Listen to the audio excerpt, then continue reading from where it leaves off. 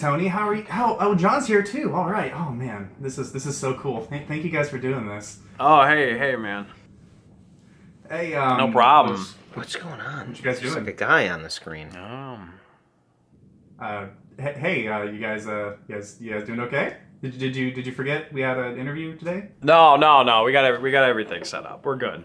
Oh, is that okay. why we were meeting? Yeah, that's why we're meeting. No, it's this. All right. Not a problem. Hey, do you? I got all the stuff ready for the interview. You got your disk drive handy? You know, for props and all that. Oh, I don't think he knows about that. No. No, knows about what? Did you just spill beer all over your face? I don't think Child? no. I don't think he. You don't. You What know. are you talking about? You know. There's no disk drive, right? No 64DD. What are you talking about? He doesn't- You've he done doesn't videos know. on it. Yeah, I guess You flew to Seattle about this thing. That was the whole point of this interview. the magic of the screen, right? It's all fake, man. It's a green screen gimmick. There's no disk drive. You're It's all fucking with me, right? no, all of YouTube. It's not real. It's not real. You know. It's like the Matrix. Yeah, PewDiePie is a Google algorithm they're testing. Red Letter Media is actually a variant of Violet. John's not even real. He's a practical effect. Look, my hand goes right through him. What the hell, man? I'm real. Oh, I'm sorry. That was a little hard. He looks good for an effect, though.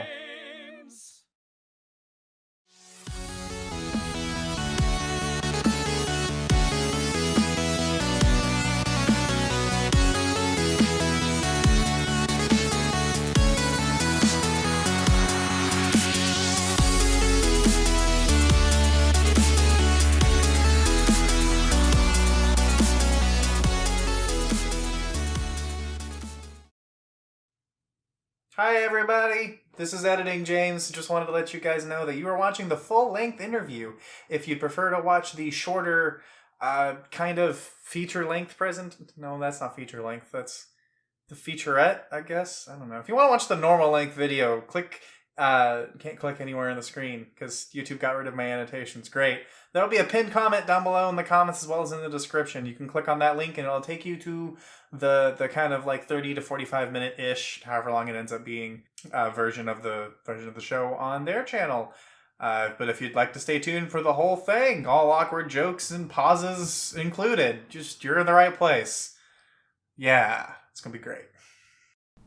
All right. Well, I wanted to thank you guys for setting aside this time and coming out and answering all these questions because I know for a lot of the community who was already involved in this stuff, a lot of these questions are already answered and they already know the answer. But for a lot of people who just watch casually on YouTube, they may not have all of the answers and they may not really understand all of the nuances of collecting.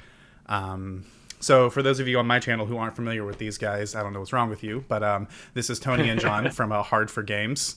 Hey guys. I would get Tony to sing the theme song, but he doesn't remember the words, apparently. I do.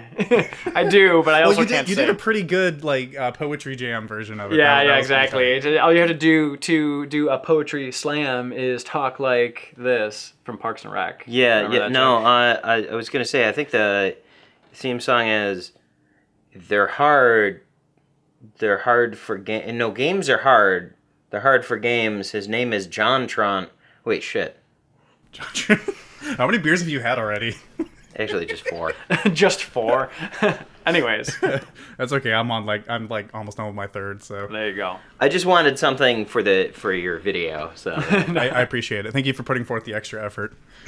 There you His go. name is John Tron. All right. Well, first off, I'd like to start this off with asking. I'll ask Tony first.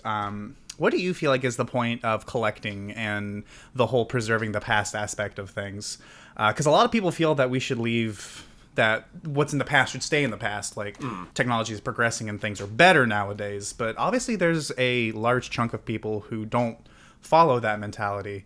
So what are your takes on that? Well, I think that collecting and preserving can sometimes be different from each other, and sometimes they could be the same. I think a lot of people collect for a variety of reasons.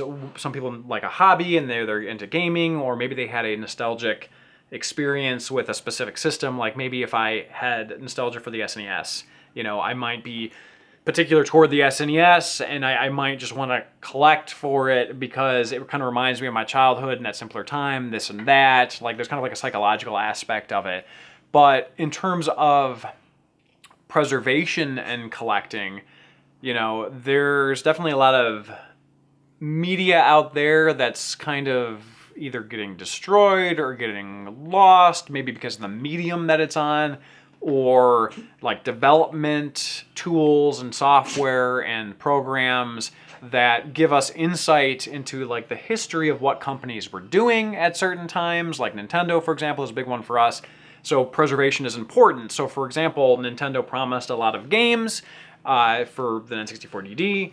They didn't deliver a lot of games for the N64DD. Yeah. We had nostalgia for those things, even though they never existed. So it's like kind of like trying to piece together and preserve what actually still may exist out there. So Right.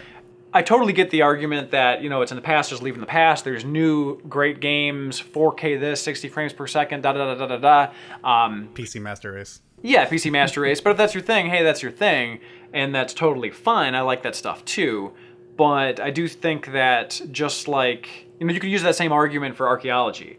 Like, why would you go and dig up some fossils that's in the past? I would actually disagree with that point because digging up fossils is digging up something that we actually don't know anything about hardly. Whereas, you were alive during most of that time. I was alive during a good chunk of the 64 time. I remember it. Which makes us fossils. That's a lot of fossils. What was that? Which makes us fossils. Yeah. I mean, pretty much, yeah. Well, think of it this way. I didn't want to say it that way, but you pulled it out of me. So Yeah, so think of it this way. Like, yeah, you may know something exists, but it doesn't mean that you know the entirety of it. Most dinosaur bones don't have a complete skeleton. Mm-hmm. You go to a museum and you see a T-Rex skeleton, and let's say it's actually some of the real fossils on display, right? Chances are 95% of that skeleton's plaster.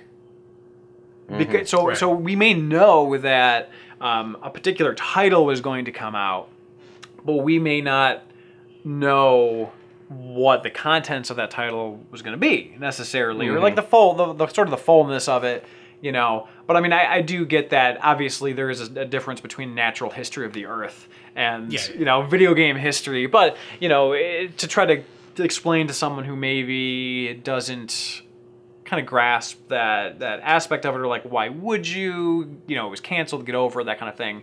exactly. It's kind of a unique curiosity, I guess I would say. Yeah, I would also say that I've noticed this doing a lot of garage sales, going around looking for games and stuff like that.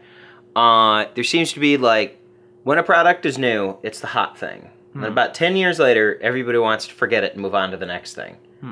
Then 10 years after that, you get a few niche people going after it. But 10 years after that, maybe it's like, you go to a garage sale now, and stuff that used to be the ugly stuff from the 70s and 80s is going for crazy prices. Yeah. Mm-hmm. And it's just like, I walked through a house recently where you could tell it was a couple that had passed away recently who were doctors. Estate sale? Yeah, it was an estate sale. Yeah. And they clearly hadn't redone any part of their house since the late 70s. And they had just kept it, like, immaculate to that. And walking through, I'm pretty sure if I would have seen it 10, 20 years ago, I would have thought it was hideous, but it was absolutely beautiful. And I was like, I want to preserve this and just keep it. I don't even want to live in it. I just want this to be... And then I realized, I was like, it's kind of like games. It's like, people want the nostalgia, but then I think slowly there starts to be more things growing out of it. Yeah. I think... Yeah, I can relate to that personally. Because I didn't have the NES growing up. I had a SNES. Even though I was born like right around the N64 era, I somehow never got one and ended up with the SNES. But like I never had a NES growing up, and I have one now, and I have a Power Glove and like all kinds of stupid stuff like that nowadays I know objectively is bad. Like Simon's Quest. Simon's Quest was the first game I got for it. I'm And sorry. that's probably one of the worst games I've ever played. Yeah. But I still boot it up and play it every so often, just because it's something. It's got like this mystery to it, because it's like a link to the past. Aha. Sure. Yeah. Swing. It's just I don't know how to explain it. It's kind of weird, but yeah, like I get what you're saying about walking through and like looking at all the old furniture and like it makes sense. It resonates. Yeah. I was going to say, your first game was Simon's Quest. The first game I actually remember playing was on my sister's NES, and it was Fester's Quest. Oh. Which, at the I'm so time, sorry for thankfully, my brain was not developed enough to realize that this game was hard because it was bad. And instead, I just got to enjoy the awesome soundtrack. There you go. And the just god-awful TV we had at the time. There you go. Which I think we had until I was almost in high school. Nice. Yeah. So yeah, I mean that's kind of a roundabout way to answer your question, but I mean, again, I think there's a lot of different reasons why a lot of different people collect or preserve, but I think those kind of encapsulate the basis of why we do it, I think. Okay. Yeah, that's fair. So if that's the case, what's your goal eventually with your collection once you're either no longer able to maintain it, or God forbid something happens? Like, what's your plan? Like, are you going to give it to your wife, or is John just going to break in and steal it one day? Like, what's the plan? You're going to donate it to a museum? Yeah. Most likely John, but Yeah, I mean, I think I've kind of switched my collecting from collecting like quantity to curating specific items. So it used to be all about like I go to a garage sale, scoop it all up. Now I sort of... That's getting pretty rare now. You can barely even do that anymore. But Yeah. point being is that, my collection is growing at a much less rampant rate, because I'm not attempting to just grab everything I can. I'm being very specific with what I'm getting. But in terms of like sort of maintaining it in terms of space, that really isn't a big deal. But I guess in terms of like an end goal, I think your question kind of had two parts. Like, where am I going with my collection? And you kind of partially hinted, like, what happens to it if I die? So, Well, I didn't want to be quite that morbid with it. yeah. But But that's a fair question. So the end goal. I mean, really, there's no end goal. I mean, it kind of continues, right? We have some holy grails that we're searching for, and we have various contacts who are assisting us in reaching these holy grails that hopefully one day we may possibly find, partially for those nostalgic purposes, partially for those historic purposes. But in terms of what happens when we die, it would probably anything that is owned by Hard4Games, because it's actually we own an LLC, so it's actually a lot of my collection I collect with the company, so it actually is company property. Some of it's my own, so it really kind of depends on whether I purchased it or we collectively purchased it. That's actually a smart way of approaching it. I didn't really think of it that way, because you guys have like 9 people or so in your group. Yeah, we have in terms of like people who I mean, appear I on guess it's 9 if you camera, count John's ashes, but yeah, exactly. Yeah. Like we have probably like 11 cast members, but that includes like special guests that only appear every once in a while. Yeah, I don't think Bill's been in an episode in quite a while. Yeah. We should get him in another. We should, yeah. But point is, we do have like a handful of, a good handful of people, but it really depends on who owns it, really. So, you guys are kind of known for the 64 disc drive. That was actually how I found both you and Metal Jesus Rocks. Was I think someone had posted it to Reddit. But it kind of seems to me like the community's perception of you guys may just be the timing of the videos that I watch, but it just seems like in the comments and everything that everyone thinks of you as the 64DD guys. Is that something that you wear proudly, that you're 100% with being called that, or would you rather people realize that there's more to the Hard4Games crew than just rare developmental hardware that literally nobody else has? Do you want to go first? I guess we could say we'd prefer to be more 3D, but it would be more retro to be 2-dimensional characters. That's a good metaphorical answer. Yeah. Too. When news actually I see broke why you keep him around now, Tony. that This guy. I was gonna actually tell a little story where when news broke that Metal Jesus got that, and people were tweeting at us and trying to get us on Reddit, and I was on 4chan's retro gaming board at the time, and somebody had started a thread, and somebody in the thread said, "Hey, he should contact Hard4Games." And I was like, "Oh my god, I got mentioned!" And then somebody else responded to that, "Fuck off, shill." And I was just like, oh, it's awkward because I am actually literally reading right now, but that wasn't me. So if I would have posted, you could have called me out on that. But no, that was someone else. Yeah. Like, It's like you had your 30 seconds in the spotlight. like every time I've ever seen our names come across 4chan, somebody has assumed it's a shill, which is hilarious because I'm reading it. What is a shill? A shill would be like if I'm trying to sell my stuff or okay. I'm paying someone to post this. Yeah. Like, if I posted, like, "Hey guys, just came across this thread, like, this YouTube channel." Yeah. Like, yeah, I would be... Like if you happen to comment and be like, "Hey, I just happened to find the CSGO lottery site. Oh, I just happened to find it. I don't have an ownership stake." Yeah. I get it.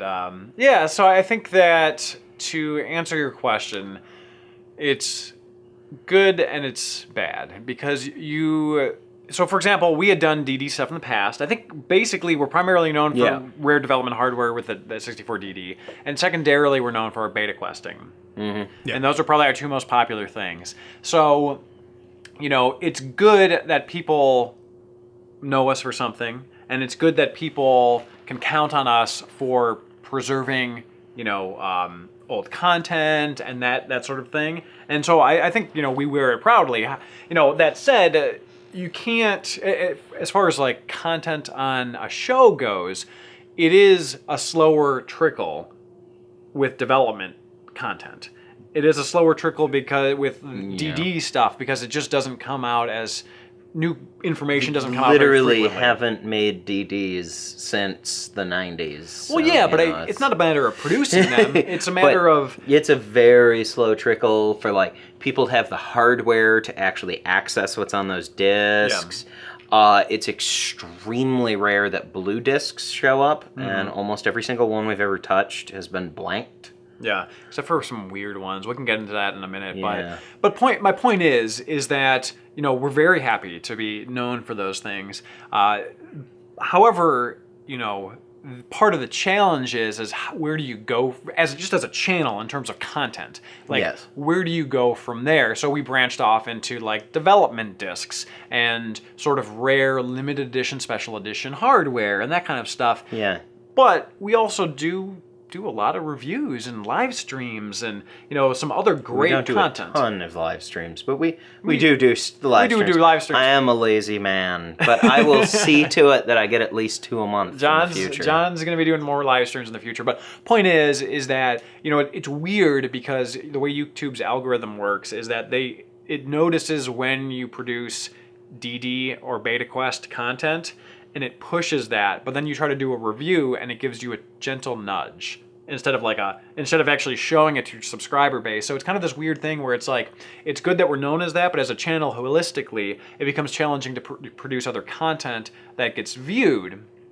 So I can actually 100% relate to that because I do game reviews, and lately, in order to capitalize on the whole YouTube thing, because like you have to upload so often or otherwise you get buried. Yeah. I was posting just random videos. Like there's one where I was like, "Oh yeah, this is my opinion on the Switch." Blah blah blah. Yeah. I just pointed a camera at me and one take just talked. Yeah. And then I did a follow-up video to that, and that one YouTube just like clicked the "I choose you" button. And ever since then, my reviews have gotten buried, which sucks, But yeah, it's the YouTube, the Facebook, like Google's algorithm, and then basically the algorithm of these social media sites is actually what I also do for a living, for work. Is not primarily what I do, but it has a lot to do with what I do because I do marketing for a living, and it is a funky and strange beast to deal with.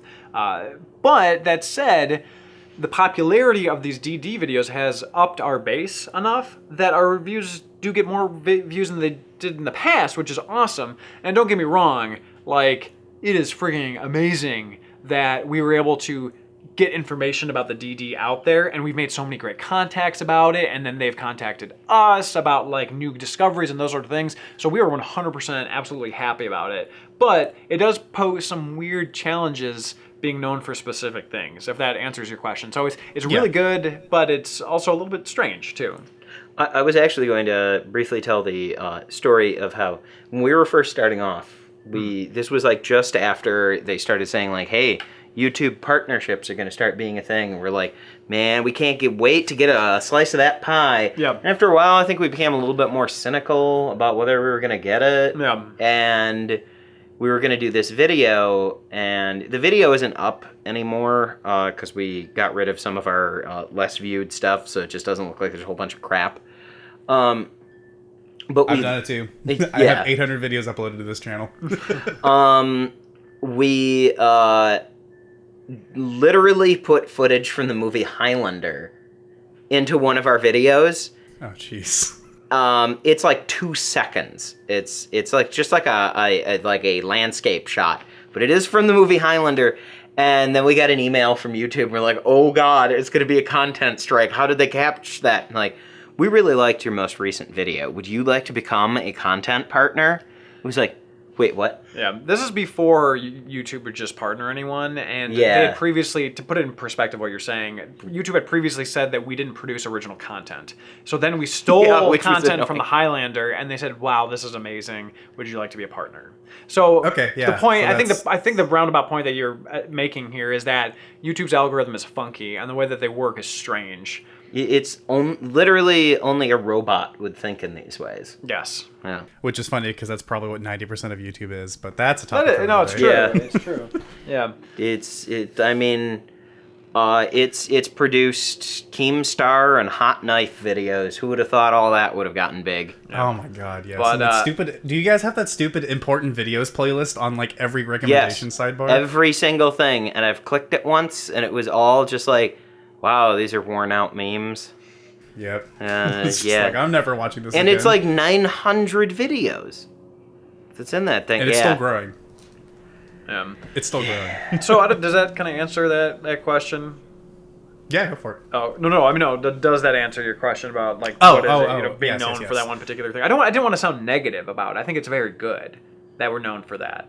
But it does create interesting Well, challenges. it is always like a tricky thing. Like Anton or contact at YouTube will often say like, "Hey, you guys do really good on this like prototype stuff. Try and hit that as much as you can." It's like, well, I'd love to, but like some of those cartridges we've held are several $1,000s, and the video may only make $50-$60.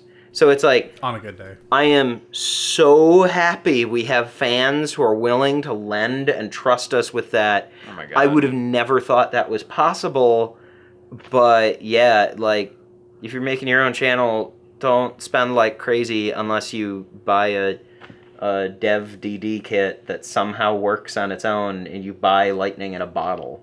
Yeah, buy lightning in a bottle. Good advice to all those YouTube. Buy lightning in a bottle, Traders and once out you there, become yeah. big, sell out.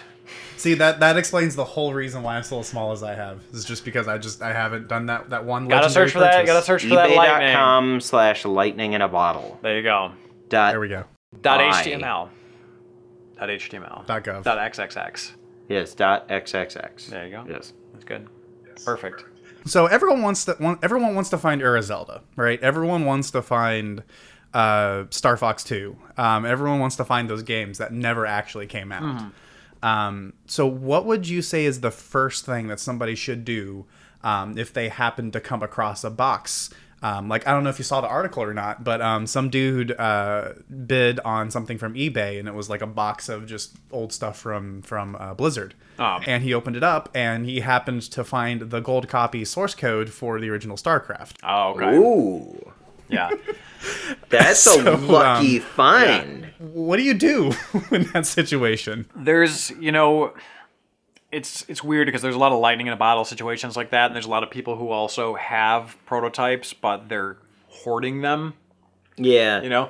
But in terms of what you can do, if you're of the mindset that it's something that you would like to share with the world, you know, first off, you know, if it's something like that's bootable, like a cartridge or something like that, don't boot it. Don't attempt to do anything with it yourself. Would be the number one thing I would say, because you can accidentally delete it. You can destroy it.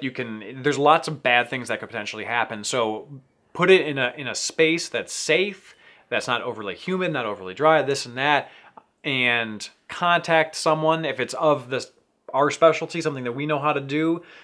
We can help you with it. If it's not, we can find out how to help you with it, that kind of thing. But there are definitely... don't try to do anything that you don't know how to do. Yeah, I would go to the assembler forums and provide as many pictures of the physical item as you can to prove your legitimacy.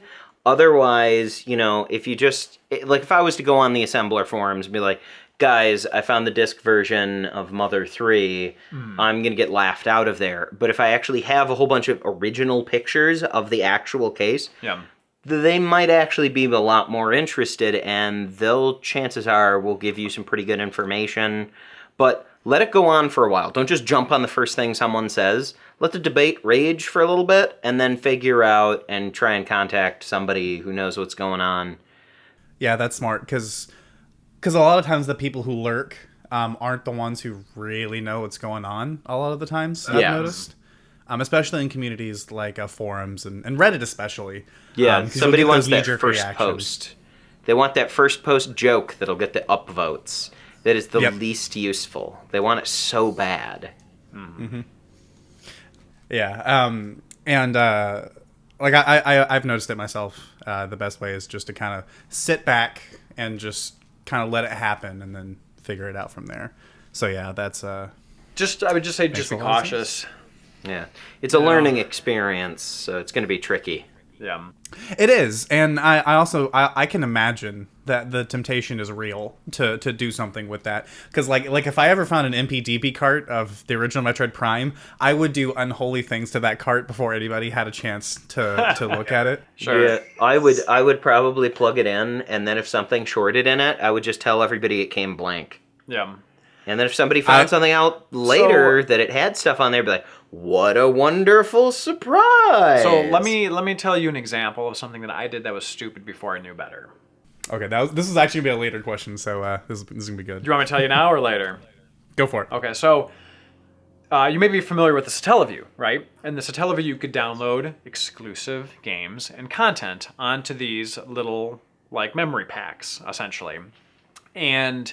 You know, one of the big things with Satellaview is you get the little it's called the BS, broadcast Satellaview cart, and you put the little memory pack in there, and you see if there were any games that someone downloaded. Maybe it's, the Zelda game that's for Satellaview, one of the Zelda games. Maybe it was one of those, not proprietary, but like Excitebike games, or the sequel to F-Zero, that kind of thing.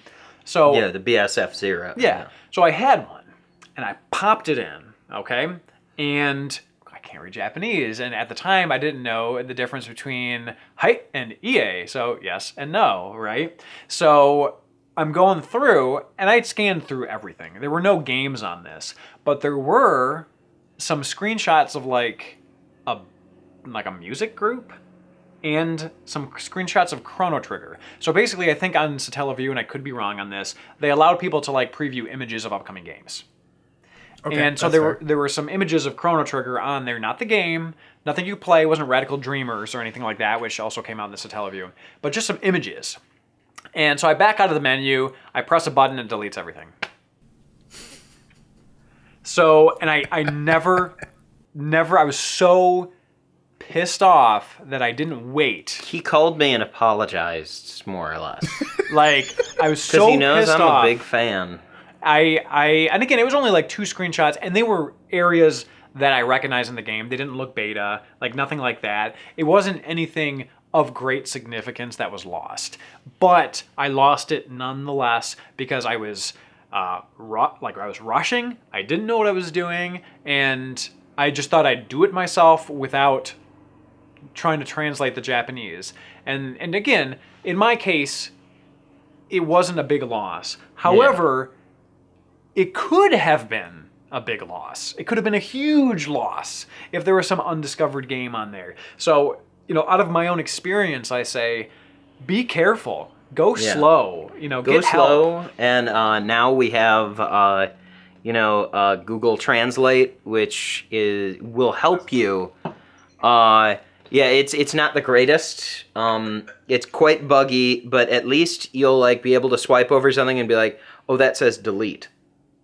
You'll at least get that little bit. You can't play a game with it, not nearly yet. But so point is, just I had the idea to try to stream Pokemon Green using Google Translate to play the game. Oh, that's never gonna I got work. to the title screen and then was like, yeah, I'm done. yeah. What else are you gonna do? But yeah, that actually segues perfectly into another topic that I had wanted to mention, because even nowadays we're still having software that dies, and there's no copy of it out there. Going along with the Satellaview example, you could connect Pokemon Crystal to in Japan they had this really weird Game Boy adapter that you would plug into your cell phone, and it would give you an active internet connection, and that was how you downloaded the Celebi event, and you downloaded all kinds of cool things. There are no known carts, as far as I'm aware, that have save data from the Satellaview, or from whatever they called it. So whatever information that they changed, we don't know. So examples like that, but that still continues to this day. The DSiWare Japanese shop was shut down before a handful of games were able to be dumped. So there are games, even as few as last year, that people are never going to be able to play until Nintendo decides to release them again. Yeah.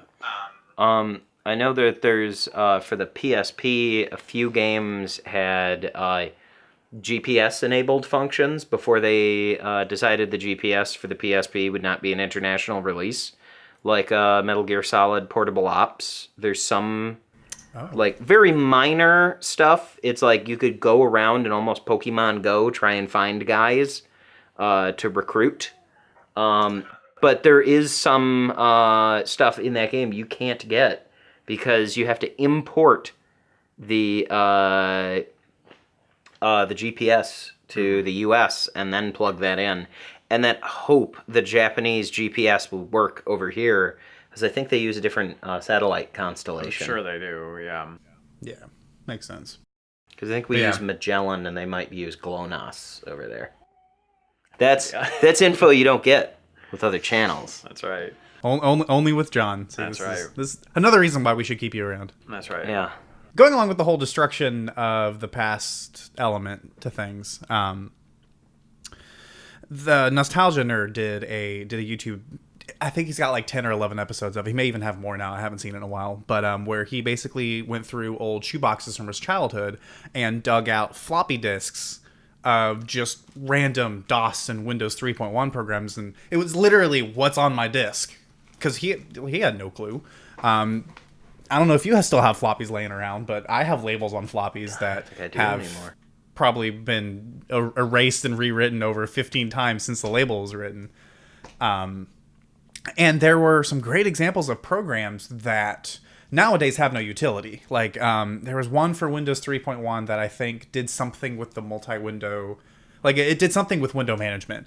Obviously not important nowadays, but he legitimately might have the only copy of that software, because I've never heard of that before. Yeah. And just stupid stuff there was a coffee cup that you could have and then if you knocked it over with an icon, it would spill, and then you'd have to fill it back up again. Stupid stuff. It's stupid. I remember some of that stuff. Yeah. Yeah, it's stupid, but that there's legitimately might be only one copy of that software out there now. Mm-hmm. And I know we already went over some of the things that the average person can kind of do to preserve that. But really what I wanted to know is, have you guys run across anything that that seems like this is I've never heard of this before, you've never heard of this before? I can't talk today. There we go. 5 beers deep. Probably should have stopped a while ago. But is there software where it's like you guys come across it and you're just we're the only ones that we know of that have probably even heard of this software in the last 20 years, let alone possess a copy of it. Or is it most of the stuff you come across just standard, oh, well, this has like a tool for testing the read-write speed of this disk drive or whatever? Yeah, I wouldn't say that we've come across anything yet that's been... I mean, obviously, like, the hardware that we have is rare, Well, but... like the firmware that's on the DD that we have is Yeah, rare, I guess you could say that. So the because it self-boots. Yeah, so it's kind of a weird example, but so basically your 64 disk drive has what's called an IPL, which is akin to like a firmware, and it's required to boot. But most 64 DDs aren't self-booting. So you basically, if you didn't know this, you would get a 64 DD, try to boot it, and nothing would happen. You need an additional cartridge to boot it, and an additional cartridge for fonts and sounds for things to not get glitchy. So mine just booted by itself, right? And so Luigi Blood was like, well, that's weird, like, why is it booting by itself? And the IPL is actually unique. It's completely one of a kind. Yeah. So it has been backed up. It is preserved on his site. Chances are there might be others somewhere, but this is the only one that's really been found. Yeah. I think one of the issues is a lot of collectors will simply get them, and then it's just like more or less just a piece to put in their collection, and it's not necessarily played very much. So I mean, what the hell do you even play on it? No, there's nothing to play it on. There's not really much to do. Yeah. So I think the person who sold it to us probably never realized that was out of the ordinary. Yeah. And we didn't know it was out of the ordinary until people started pointing it out. Then I Googled it, and then we saw just thread after thread from like Assembler from like the early 2000s of people going through the hell of trying to get one of those to boot. Yeah. Yeah. Nowadays, you can actually use like a flash card and put the IPL on it. It's not perfect, but Yeah. it will be somewhat workable. But that said, yeah, so that would be a piece of software that was particularly unique. There were other pieces of software that we come across, like testing software that is very rare, but not a one-off.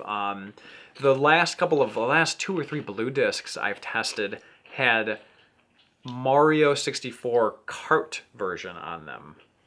Not Mario Kart, but like the cartridge version of Mario 64. Someone either as an experiment or as a joke or were trolling or something just decided to write Mario 64 on a blue disc. And again, not the disc version. There'd be in absolutely no way playable. Like, Hard4Games can't play on the disc. It doesn't function that way. So like that was weird. Because it's like, oh, I found something, and then it's just Mario. Well, question: was it like the actual ROM, or was it like a binary? It was like the just ROM. a random binary. It was just file the ROM that was just thrown on it. But it wasn't playable on the hardware. So someone literally just went to Google and just downloaded the ROM. It was just. It could have been that, just slapped or it on there. it could have been potentially somebody trying to get it to work on it early, because the Okay. The actual, the playable Mario disc version that came out was most likely just a tech demo.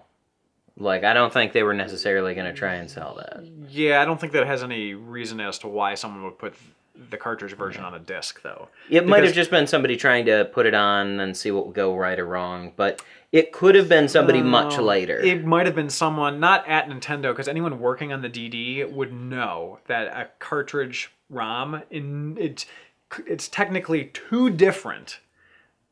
It'd be like trying to...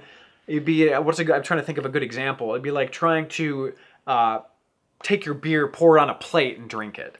Like, it doesn't... Well, if your plate has those little, like, edges... it's a bad example. Okay? I just love how the first example you go for is drinking beer. Yeah, but it's like, it's just not possible. Like, no one who knew what they were doing would ever do that. It's too... So it must have been a collector that did it. That's weird. a valid point, because to me, it makes sense, because someone who's not quite as technical, or someone who's not quite as doesn't really understand what's going on, that would be a pretty valid first step. Like, oh well, I'll just grab a 64 game and put it on this 64 thing, and oh, it doesn't work. Oh well, So as far as emulation is concerned, a lot of people have kind of a gray, neutral. emulation is it varies wildly depending on the person. Is it legal? Is it illegal? Is it the only way to properly play games nowadays? What are your guys' stance on emulation as a whole, whether it's PC or virtual console? And how do you feel about the clone consoles like the Retron 5 and the Analog NT? And then as a spin-off to that, how do you feel about HDMI mods for like the NES and stuff like that? Like, what's the real way? The real way, in your opinion, to truly experience these classic games? I have fiddled around with emulation before for games I own for the sake of ease of streaming. Mm-hmm. But I find if you're playing an RPG, emulation works great. The more and more Twitch-based it becomes, the more and more you have to make sure you have a very solid PC and a very good monitor to reduce that input lag to a near imperceptible amount. But eventually you get to games that are so Twitch-based that it's like, just go get a Super Nintendo and a CRT off Craigslist. I got what was a $2,500 CRT monitor off of Craigslist for $30. I had to drive 50 miles to get it, but you know what? It was $30. Yeah. You know. And you asked a question regarding the emulation systems, and like I also totally get why people would get like a Retron 5 because it's like it's so convenient. It's like upscales everything to HD, all that stuff. But I also understand the input like lag is very minimal. Yeah. As long as you use a very minimal monitor for it. Yeah. I would suggest people, if you're going to get something for gaming, check out Asus gaming monitors, like some of those IPS 60 hertz ones. Those are the best.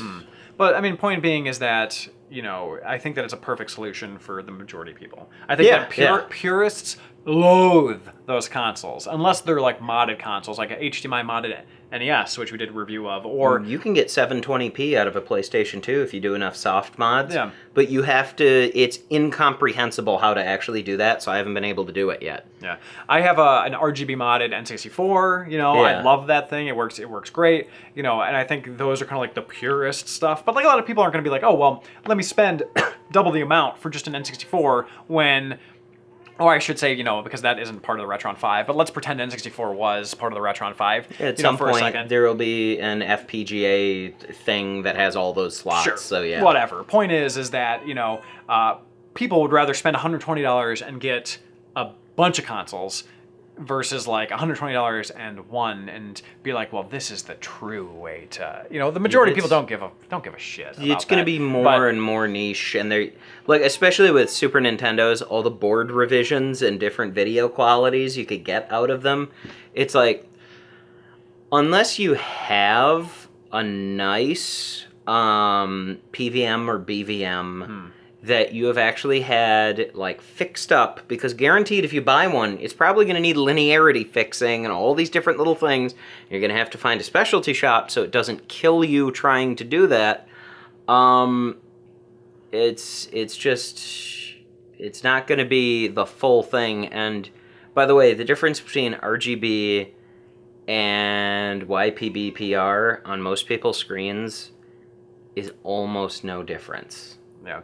So I think just to simplify your question, because we're getting really technical here, but to simplify your question, what do we think about emulation systems? I think that they're fine for the average consumer. Yeah. I bought one. Whatever, I bought a Retron 5 for my girlfriend, and she loves it. Yeah. But she mostly plays RPGs, so she's never noticed any input lag. And I importantly never told her that there would be any, so I don't even think it enters into her thought process. There might be some, but she might watch this video and then think about it. But like, you're also the type of person that's going to care about like a frame of input lag, whereas most people it'd be imperceptible and they wouldn't care. They'd be like, oh, I want a 240 hertz. Like there's a half frame of difference. Oh my god, throw my controller. There's one of the bars that we go to. They're like an arcade bar combo. Yeah, a barcade.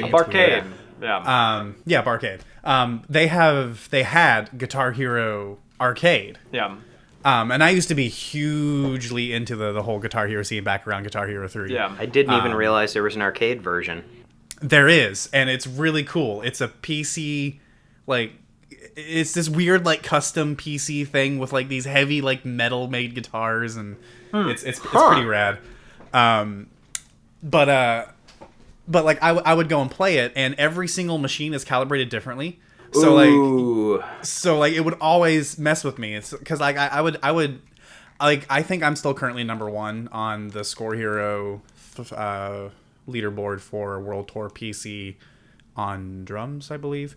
So I used to be pretty susceptible to that kind of input delay and all that fun stuff. So every time we go out, like I'd play expert, and then I'd get like 10 seconds into the song, and I'm like, fuck this here. Like I can't do this. But then like my wife, whenever she tried to play Goof Troop with me the other day, and she loved like every second of it, even though we were playing off the capture card. So like there's like a good like 2 seconds of lag, and she was like, "Oh, this is awesome." Yeah. So it's just different strokes for different folks. I mean, you kind of have to be kind of a purist in some way. I mean, obviously 2 seconds of lag is really big, but like you know, it's kind of whatever, I think. I've noticed that. So there's the 240p test suite that you can emulate, and you can do an input lag test. And if I do it on my gaming monitor, on my gaming computer, I notice maybe 2 frames, that's like, what, 14 milliseconds each frame? So if it's running at 60, it'd be somewhere in that area. So that's like 28 milliseconds. It's extremely unlikely you'll ever notice that. If I use the 4K monitor I have in the other room that's just normally for movies and was built for movies, it'll be like 8 frames, and you will notice that. It'll feel like you're drunk. Yeah. So it's just like, just get a little bit better monitor. Don't cheap out on your monitor, and you'll probably be fine if you want to do that. Yeah. Especially for like homebrew stuff. That's the only way to play it sometimes. Yeah. And some of those games can be pretty fun. Mm-hmm. Well, actually, tying into homebrew, you guys just keep segueing perfectly into my next questions. This is beautiful. It's because we've been reaching through the monitor and looking at your screen like Ghost Dad. I've told you you don't need to ask for reach arounds, so I'm glad to hear that you're finally taking me in on that. Dutch rudder. Yeah, there you go. I like that. Space Cat. Abraham. But yeah, we talked about we talked about ROMs and emulation and everything earlier. You had showed me your N64 dev board or whatever it was called, the emulation EverDrive thing. Oh, the 64 drive. Think of my words. 64 drive. Yeah, that thing. My words are just not coming to me today. So can you use that to dump your 64 carts? Like, is there like a program you load? It's like it's basically like a flash cart where you can load emulators, or I keep saying emulators. Basically, what it ROMs. is 64 drive is created by Retroactive, and they also have like a board that has N64 cartridge inputs. Sorry, there's crying in the background, my baby. But it's called an Ultra Save. Basically, they have a program where you can dump N64 carts. Yeah. It takes surprisingly small amounts of time, unless it's a real big cartridge. Like some of the larger carts that we've tried to test have taken a little bit more, but I mean, it's quick and it's easy. The first time we were going to use it, we were like, we better put a game in this that we're okay with losing. So we used Quest 64. We used Quest 64 in case a Quest 64 copy got bricked. And it was like, done. I was like, wait, what? So I open it in Project 64 to be like, did that work? Bam, Quest 64 loads, and I was like, well, okay, whoever made this program, you knew what you were doing, because this works amazingly well. I was expecting it to like load me into a prompt, and I have to type things in, and like clickety clack clack, I'm in, that sort of stuff. But no, you wouldn't think the 64 would have such high read speeds for something like that, to just read the entire cart in like 2 seconds. Yeah. I mean, even the bigger one that was giving us trouble, maybe 30 seconds at most. Yeah. And it was like, because it was just so big, it was like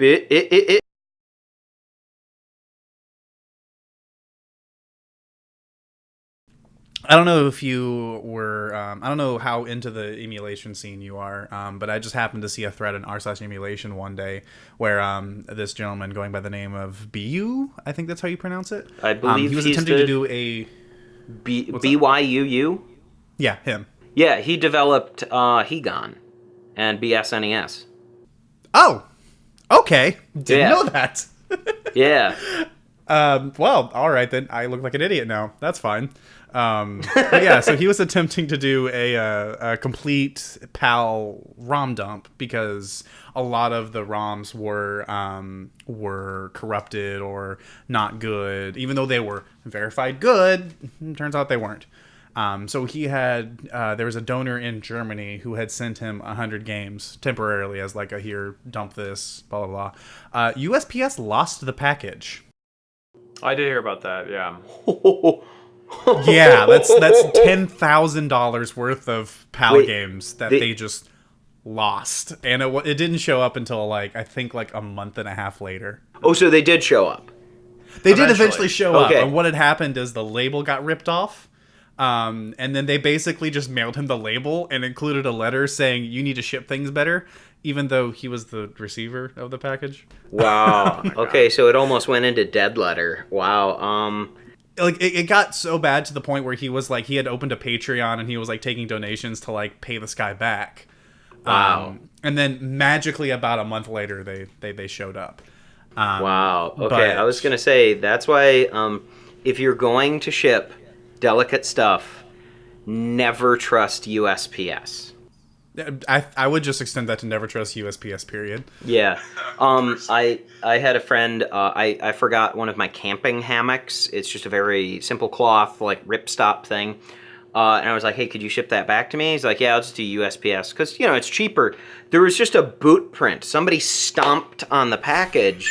But luckily it was cloth. And, like, the carabiners were climbing grade carabiners.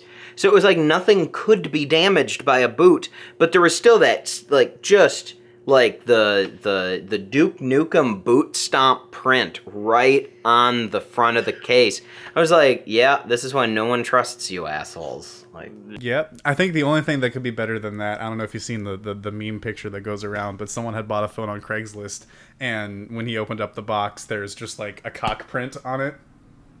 Oh I my think god. That's the only thing that beats that. That's awesome. wow. That's amazing. But anyway, the reason why I'm bringing this up is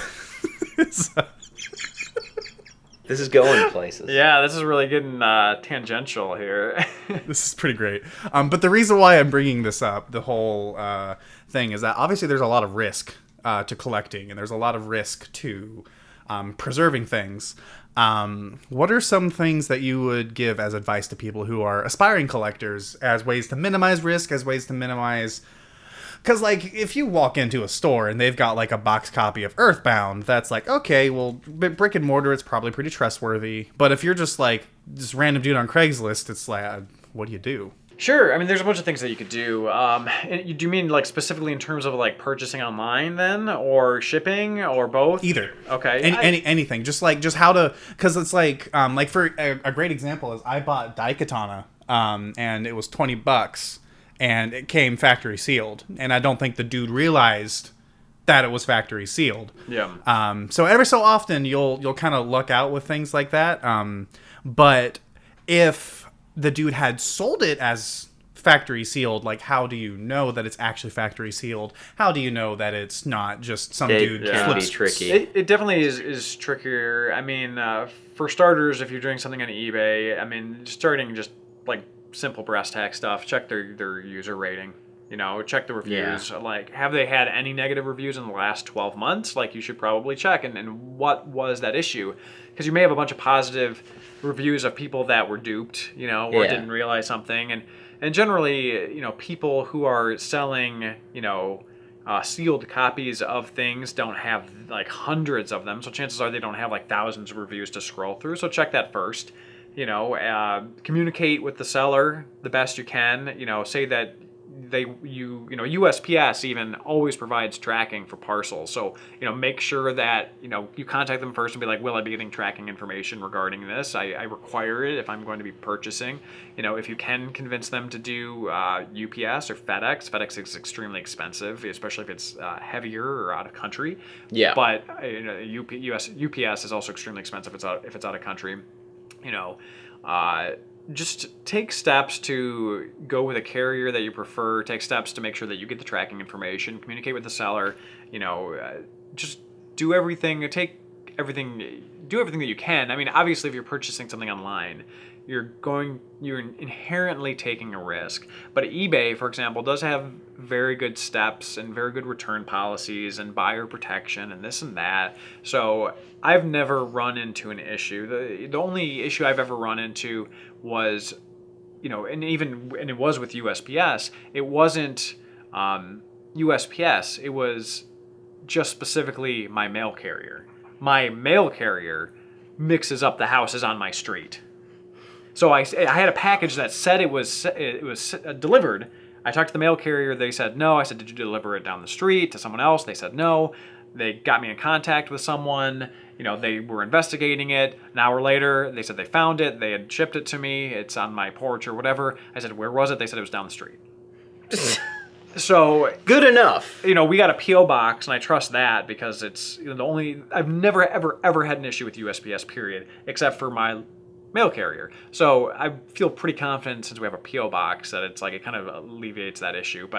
But for other people, you may be concerned. So just take the necessary steps. Also too, it's a big thing these days to take the shell of a game or like do a cell reproduction as an original. A lot of the font and images and stickers, there's things you'll notice like get familiar with how the Nintendo logo looks.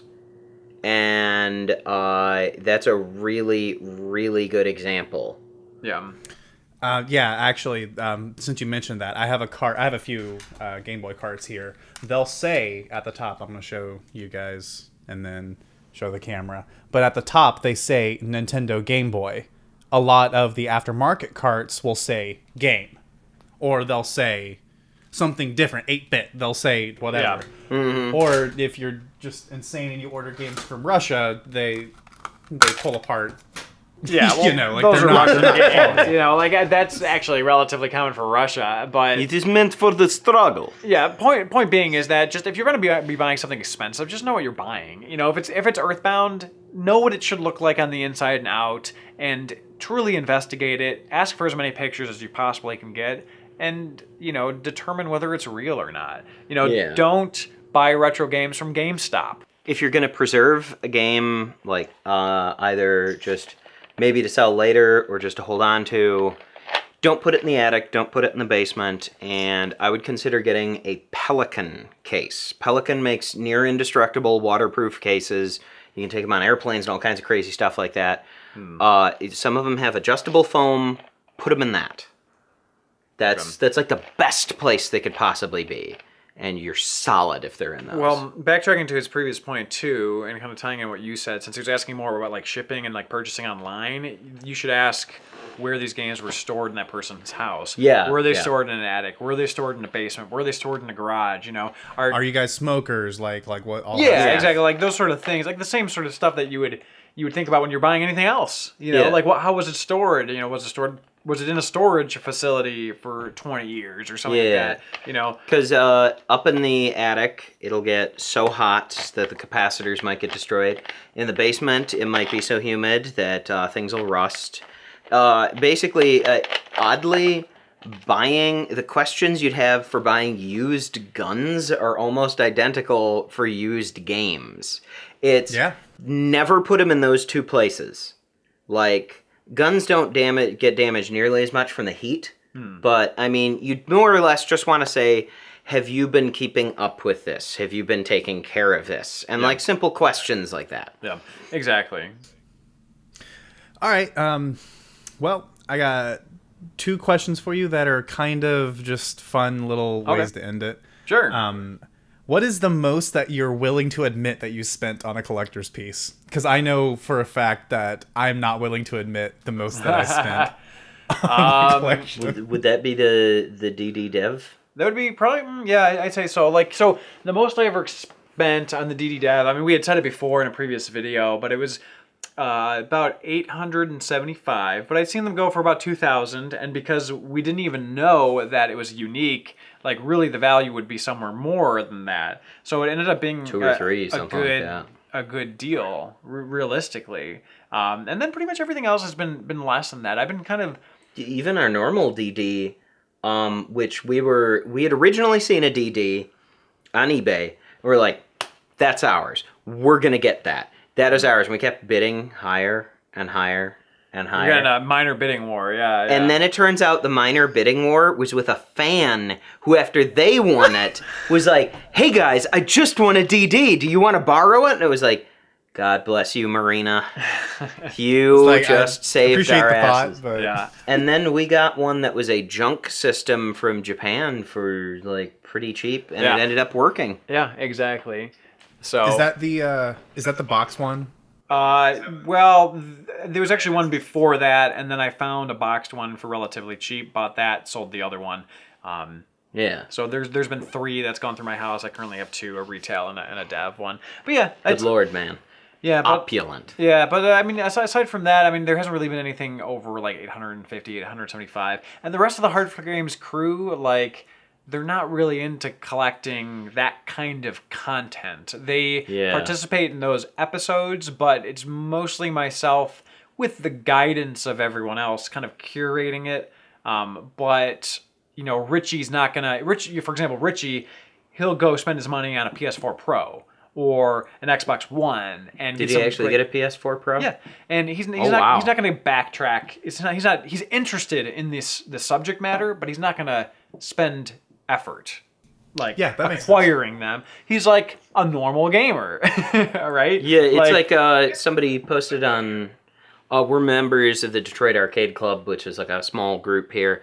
And somebody posted on the Facebook page about an adapter so you could use your PS3 or PS4 controllers for your Neo Geo.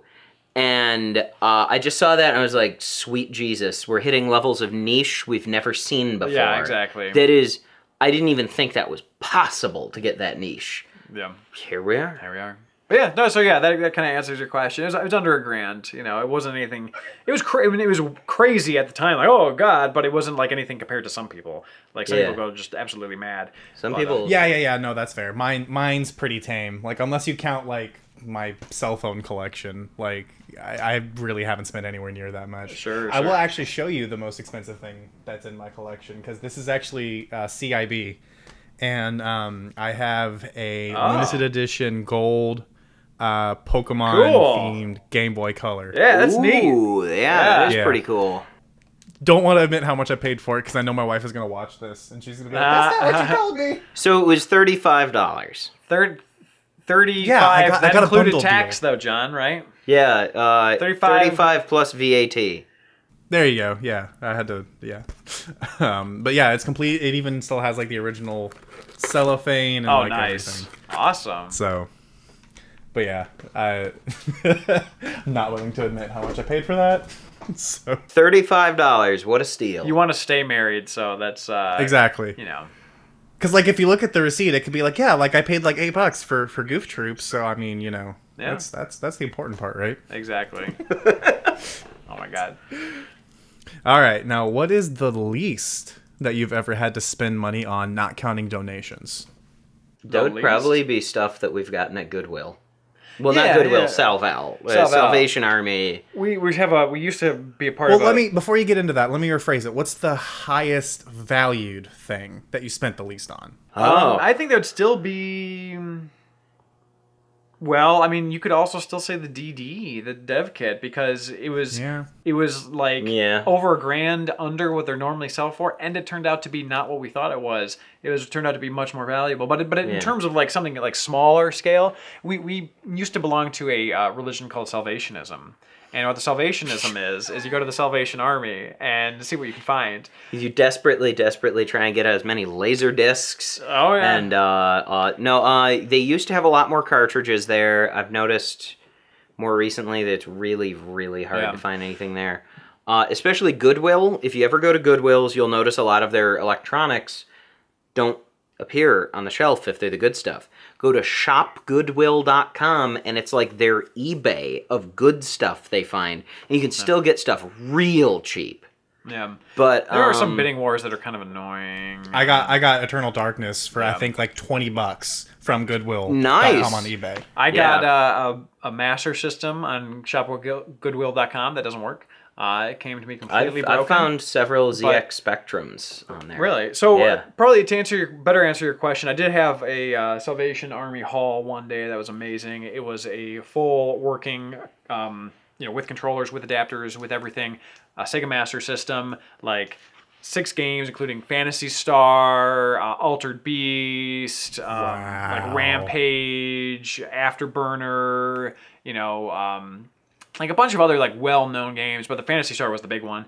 And then Rastan was another one. And then in the same haul, I got for the Super Nintendo, Yoshi's Island, Mario Kart, I think the Lion King, and like one of the Donkey Kong countries. Donkey Kong. And it was just like, and there was more, but at the time I wasn't making very much money. So I was like, I could have taken another 2 Master System games. I could have taken another 4 SNES games, and like retrospectively I should have, but at the time it was like all of that was like $40. Yeah. And I was just like, that was kind of too much already, but it was a steal for what it was. So that probably would be a better answer to your question, because it had value, but it was like under $100 kind of thing. Yeah. Yeah, that was more what I was looking for. So that's man. Are your Goodwills good near where you are? Because here, every single one, it's like the same parent company. Everything within like a 30-mile radius. They're all owned by like the same group, and they all know. Yeah, we mostly in the Detroit area have Salvation Armies. We have St. Vincent de Paul's, and then we have private thrift stores that aren't There's part a of chains. couple of Goodwills, but they're mostly on the west side of Detroit. Yeah, so there isn't a lot. I noticed a lot more back 5-6 years ago, but as people are collecting more, I think they're going there like bright and early in the morning. They're getting there, they're cleaning up shop. I haven't found a haul like that in years. Yeah. I did find a Nintendo 64 at a Goodwill recently, and it was $50. Yeah. And I was like, okay, like they eBay figured price. out. Yeah, they finally figured out that it was worth money. Yeah. Like, I picked it up and I was like, oh shit, I'm gonna get this for like $5 and I'm gonna get it RGB modded. And I like flip it over, it's like 50. Yeah. Oh. Yeah. I thought I had found the steal of the century on Craigslist when I was in Green Bay, when somebody had a GameCube component cable for $20. No. And then it said update right at the start. I meant to write 200. I'm sorry for the typo. And I was like, I was going to be like, yeah, it's mine. It's mine. I'm grabbing it immediately. It's going into the Hard4Games collection. This is going to be the greatest deal. And then I was like, okay, 200, that's a competitive price. Nope. Yeah, exactly. No, I'm not spending $200 on that. We should probably move on though, because I don't want to run out of card here. Okay, can do. Thank you guys once again for coming out and doing all of this. I really appreciate it. It was pretty entertaining, I feel, and I think people are going to learn a lot. Awesome. Well, I mean, we appreciate you reaching out to us, and we always enjoy prattling on about nonsense. Yeah, getting to ramble about stuff that isn't just beta questing. Yeah, exactly. Obviously, maybe one day. Yeah, maybe one day we should just do a live show where we just stream and just talk for just, that would be that could be interesting. That would be interesting.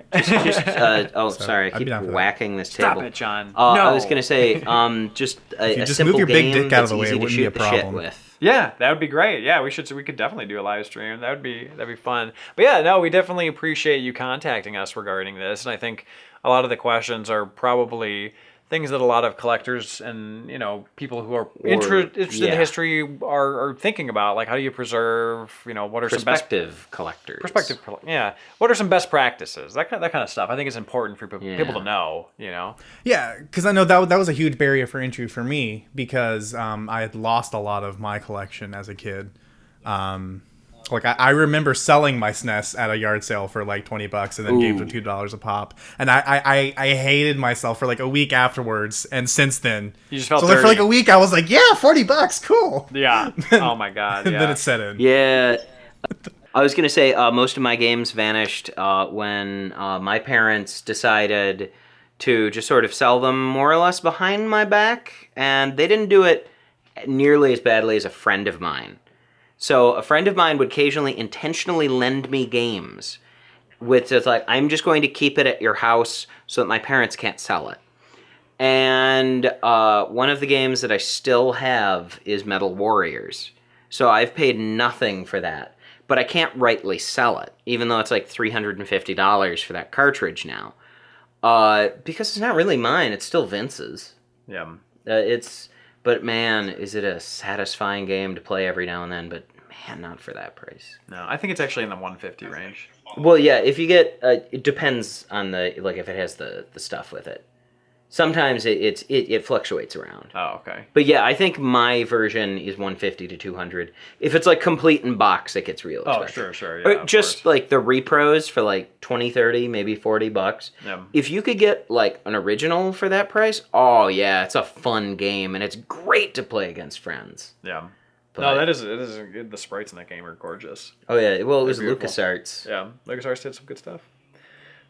But And Konami. yeah. Anyways, we're prattling on in the outro, but I guess point being is that we do appreciate you reaching out to us, and we did have fun, and like I said, I think it's a lot of the information is important for, as you said, prospective collectors, Yes. and people who are interested in preserving People who history. just want to lose as much money as they possibly can. They just want to open up the wall and just dump it onto the floor. If you were a recent lotto winner, consider investing in video games. Yeah.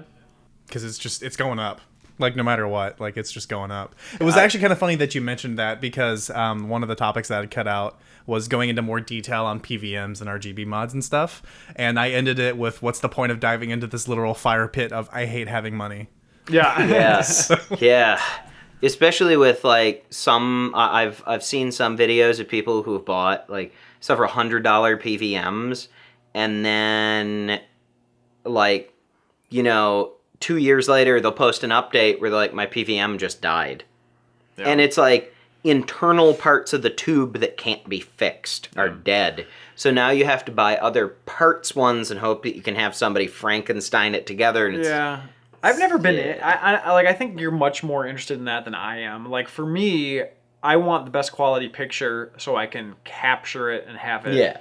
like pure good on our channel. I think for you, you're more concerned about the best quality picture while you're playing, which is a reasonable concern. Mm-hmm. But for me, it's just not something that I really care about. You know what I mean? Yeah.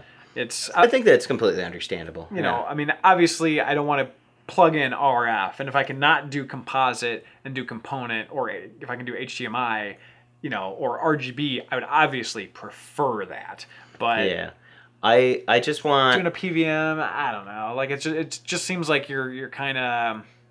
You're just like, oh my god, this tiny resolution signal is so sharp on these... Like, the colors are so vibrant, and it cost me $400 just to view my game. It's like, how good are you going to get a 240p image? That's fair, and that translates to other things too. Like, I could spend $300 on my graphics card, or I could buy a Titan XP and get like 197 frames a second.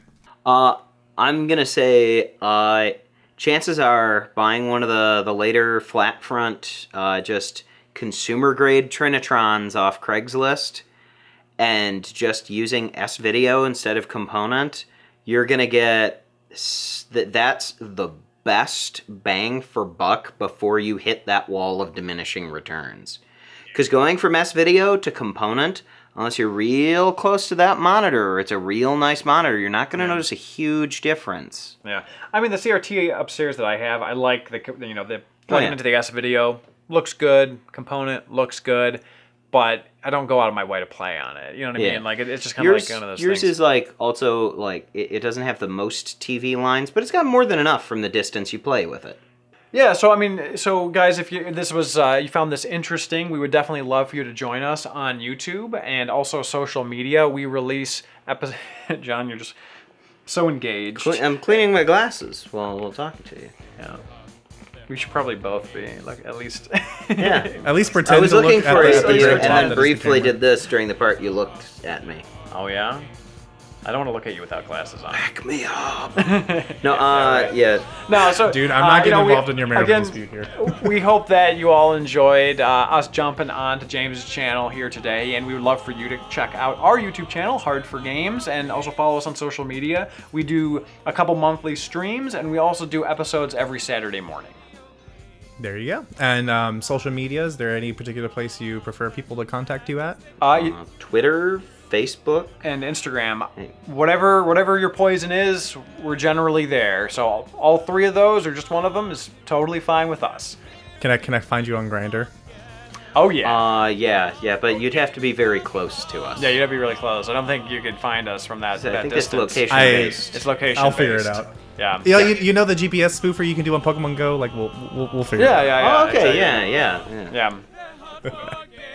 All right. Well, thank you guys for coming out. I really do appreciate it.